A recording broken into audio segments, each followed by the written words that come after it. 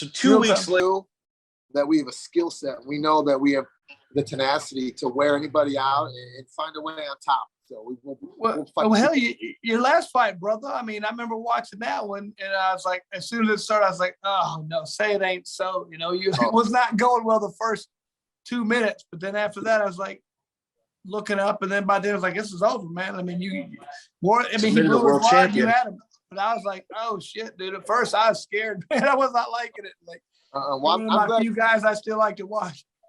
Thank you, Chris. I'm glad you guys noticed it, man, because it was not going well there for a while, dude. I'm like, this is not how our 40th birthday and our big fight. My parents were in the crowd. The UFC fight. My parents, my best buddy, some tickets, and it was my parents' 45th anniversary, so that was a surprise to them. You know what I mean? And it was like, this isn't supposed to happen like this. Damn it! And I'm like literally suffering. You know how it is when you get hit in the when you get the wind knocked out of you. There's nothing you can do. You are paralyzed. You can't do anything with that time. The only thing, only you wait. Yeah, you got to weather that storm till you can get going. Yep, and that's what I kept telling myself, man. I'm like, okay, I've been here before. All I thought of was a Diego Sanchez fight, but during the Diego Sanchez fight, I was on Wonderland. I was literally blacked out, probably. You know what I mean? So I'm like, all right.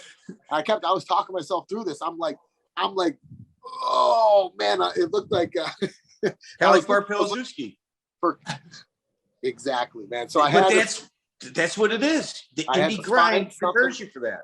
Yep, I had to find something to take my mind off it. And the cool thing was my back was to my coaches, so I could hear them. I hear Coach Danny Castillo last call. He's like, Guida, he's getting tired. And Jay's like, he's getting tired. I'm thinking they're just saying that to make me feel better. You know what I mean? Because he was done.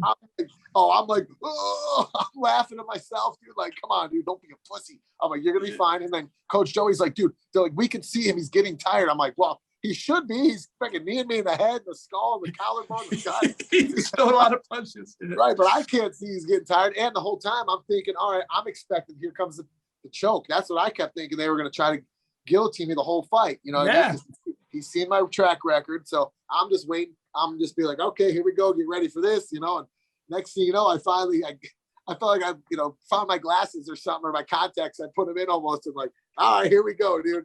And I was just like, and then all of a sudden he just starts walking backwards like this, like, oh my God, I got you now, dude. And I sized him up, man. I'm like, okay. I just took him down and passed his guard real easy. I'm like, this dude's a black belt. No, this dude's a world champion.